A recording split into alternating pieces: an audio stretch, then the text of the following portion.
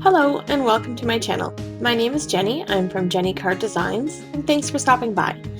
In today's video, I'm going to be sharing 3 card examples using various methods of coloring and inking to get 3 very different looks from one stamp set. The stamp set I'll be using today is the Sweet Camellia by Gina K Designs. This stamp set is the current incentive set. When you spend $75 or more in the Gina K Designs shop, you get this set for free. And thanks to the kind folks at Gina K Designs, I will be giving away a brand new copy of this stamp set today. Okay, let's jump in with the first project. I call this Marker Watercolor. This is a pretty basic way to color images in and get beautiful results in with little effort. For this project, I'll be using everything you see here: this stamp, Brutus Monroe Gilded Embossing Powder in Gold, Gina K Designs Watermark Ink, an Embossing Magic powder bag, some cardstock. I'll be using Bristol Smooth for all of my examples today, and for this example I'll use Gina K Designs Lemon Drop cardstock and some heavyweight card bases. I'll also be using my Misti and some Crayola markers. I also have a craft mat, and I'll also use the Gina K Designs fancy borders, and I have some cut out already to save time. So I'll load up the stamp in my Misti, and I will get it placed where I want it, and I'll use my die cut border to check that I have enough space for my sentiment.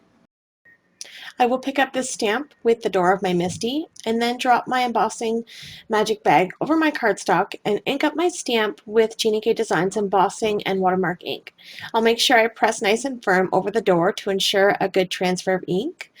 I'll use a scrap piece of cardstock to pour my embossing powder over, and I'll sprinkle my powder over my cardstock and ensure that I get good coverage and knock off any stray bits. I'll heat that up until it's smooth and melted with my heat gun, and I'll repeat this step 5 times to create my note card set. I'll pull out one of my fine round brushes for my painting, and I'll scribble down my marker on my craft mat and dip my brush into some clean water and just start painting. I like using embossing powder for this because I'm not very good at staying in the lines, and the embossing powder kind of creates little wells for the color to pool in. It's not perfect, but I like the results. So I'm just taking my time to color these in and ensuring I don't miss any spots. I'll give you a close-up of how it looks so far. And I'll go ahead and clean off my mat and pick a nice green shade for the leaves and scribble that down and repeat the process. Just dipping my brush into a little bit of water to get that color moving. This type of watercolor does not dry back very much. The color stays true and vibrant. If you're getting some harsh lines, when you drop color on the embossed piece, you can kind of go over with a damp brush and massage the color into the paper, and it will fade back those harsh lines.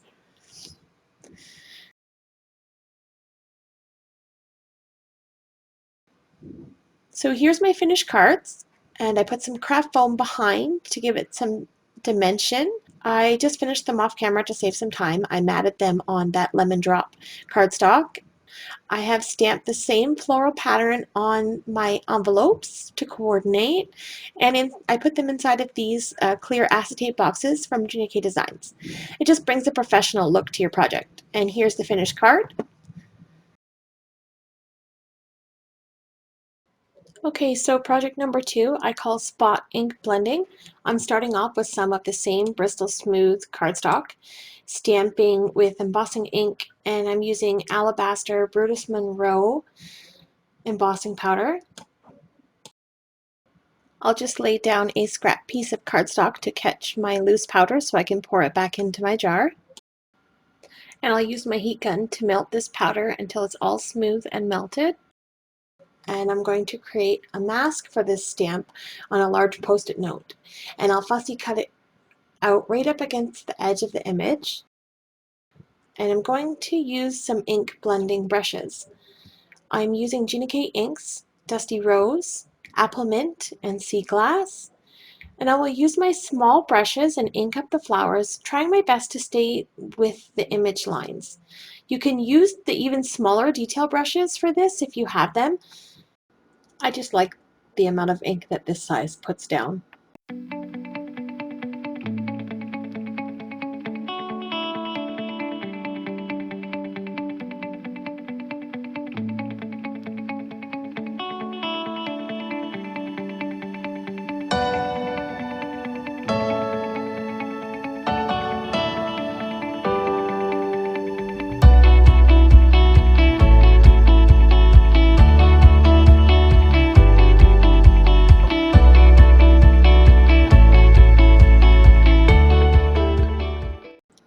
Once I'm happy with the blend, I'll use my microfiber cloth and wipe off any excess ink that may be sitting on top of the embossing powder.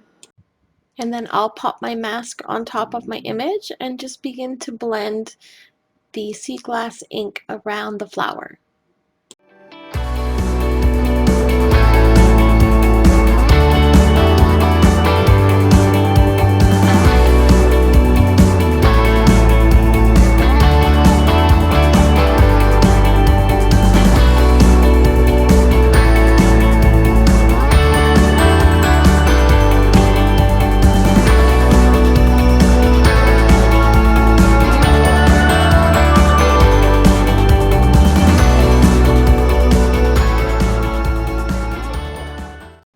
Okay, so that's all inked up, and I'm going to go ahead and stamp my sentiment on some black cardstock using my Gina K Designs watermark ink, and I'm going to use the same British Monroe alabaster embossing powder, and I'll go ahead and heat set that, and then I'm going to use my Holtz Trimmer to cut a strip with this sentiment. So I'll just use the edges of the trimmer to ensure that it's nice and straight. There's a nice little guideline there to help you line things up so you get a perfectly straight image. I love this trimmer just for that reason. So, and I'm just going to figure out my placement, and I'm going to pop this panel up with some foam tape. So I'll just layer that onto the back. And this foam tape, sometimes I have a little bit of trouble with. It's a nice low loft, but it's extra sticky, so sometimes it'll get stuck on itself, and then I have trouble peeling it back up. But it's okay, I can straighten it out and peel off the release paper, and I'll get this stuck to my card base. Get it lined up and center it where I want it, and press it down. And then I'm going to put some foam squares on my sentiment. I'm just going to trim it up to make sure that it fits all the way across. And I have some foam squares that I'll just trim to make them fit across the back of my sentiment strip. Now my ink was still a little bit wet, so my foam squares didn't want to stick completely. So I just added a little bit of multi-medium glue and then just held it into place for a few seconds. This glue dries super fast, so I'll just hold it down for a second and then we'll be good to go. And then I'm going to embellish this with a few sparkly gems from my stash, and then we will call this card done. Oh, and I used a little jewel picker to help me pick up my gems and place them back down. And then here's a look at the finished card project. I think out of the 3 cards, this one's my favorite. It's very classy and elegant. And my last project, I call this a Vellum Overlay. The technique is exactly as it's called. I took a piece of heavyweight vellum, this is an 80-pound vellum, and I scored it and used my Teflon bone folder to ensure a nice crease without any cracking. Making sure I use my embossing powder bag, I stamped using the same watermark ink, and I'll press nice and firmly to ensure that I get a good transfer of that ink. I'll be using the Recollection silver embossing powder for this image, and I'll sprinkle that over a scrap piece of cardstock, again to catch any of my loose bits so I can pour it back in nice and easy. There's a little fleck of black cardstock in my embossing powder, and I used a pair of tweezers to pull it off, otherwise I would have heat set that into my design. So making sure not to leave the heat gun on the vellum for too long to avoid any warping, I heat set that and just kept moving it off to the side and then bringing it back to the paper. And then I lined up a note card to go inside the vellum, and I stamped the same image again, and I'll just do some basic coloring, not being so concerned with shading or any of the details. Basically, I just want to get a bright color laid down because it's going to get toned down with the vellum over top. You'll be able to see it through, but not as bright. So I'll just run through the coloring really quickly, and as I said, I'm not going to fuss with it too much.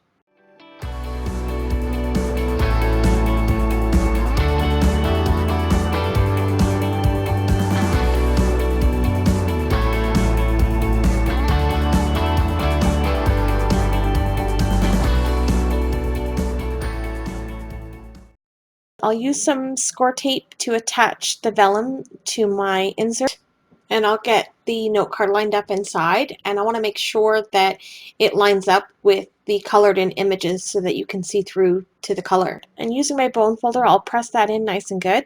And then I'm going to heat emboss a sentiment using some sparkle red embossing powder. Using the same process I have throughout the video, just pouring over a scrap piece of cardstock so that I can put it all back in. I will go ahead and heat set that, and then I will call this card done. And here's a look at the finished card. So as I mentioned earlier, I'll be giving away a copy of this stamp set. All you have to do to enter this giveaway is comment on my video answering this question. What is your favorite way to color stamped images? Is it with paints or colored pencils, markers, or if you prefer not to color at all, would you rather use stamp layering sets or stamp on colored cardstock instead? Or any other method that you prefer? Just let me know in the YouTube comments below. The giveaway is open to US and Canadian residents. I will choose a winner from the comments below randomly and announce the winner on the Gina K Designs Facebook page and on my social media links, so be sure to keep an eye out for that. Thank you so much for taking time out of your day to spend it with me. I truly appreciate all of the support.